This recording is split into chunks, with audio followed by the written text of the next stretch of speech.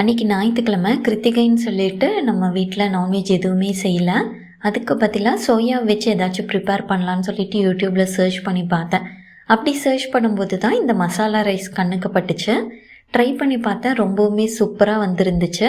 இதனோட ரெசிபி வந்து உங்களுக்கு டிஸ்கிரிப்ஷனில் ஆட் பண்ணுறேன், தேவைப்படுறவங்க செக் பண்ணி பாருங்கள். எங்கள் வீட்டில் பார்த்தீங்கன்னா 4 பேருமே நான்வெஜ் பிரியர்கள் தான். ஸோ வீக்கெண்டில் கண்டிப்பாக நான்வெஜ் இருக்கும். இந்த மாதிரி எடுக்க முடியாத நாட்களில் என்ன பண்ணுவேன்னு பார்த்தீங்கன்னா, காளானோ சோயாவோ இல்லை உருளைக்கிழங்கையோ வச்சு நான்வெஜ்க்கு ஈக்குவலாக டேஸ்ட் வர்ற மாதிரி ஏதாச்சும் ஒன்றை வந்து குட்டீஸ்க்கு பண்ணி கொடுத்துடுவேன். அந்த அன்னைக்கு ஹஸ்பண்டும் வெளில போயிட்டாரு. எங்கள் 3 பேர்த்துக்கு தாங்கிறங்காட்டி சோயாவை வச்சு இந்த மாதிரி ட்ரை பண்ணேன். டேஸ்ட் வந்து சும்மா சொல்லக்கூடாது, நிஜமாகவே ரொம்ப நல்லா இருந்துச்சு. கண்டிப்பாக நீங்கள் இதை ட்ரை பண்ணி பாருங்கள். நீங்கள் நான்வெஜ் பிரியராக இருந்தால் இந்த மாதிரி நான்வெஜ் எடுக்க முடியாத நாட்களில் எந்த மாதிரி டிஷ் ட்ரை பண்ணுவீங்கன்னு சொல்லிட்டு கமெண்ட் பண்ணுங்கள்.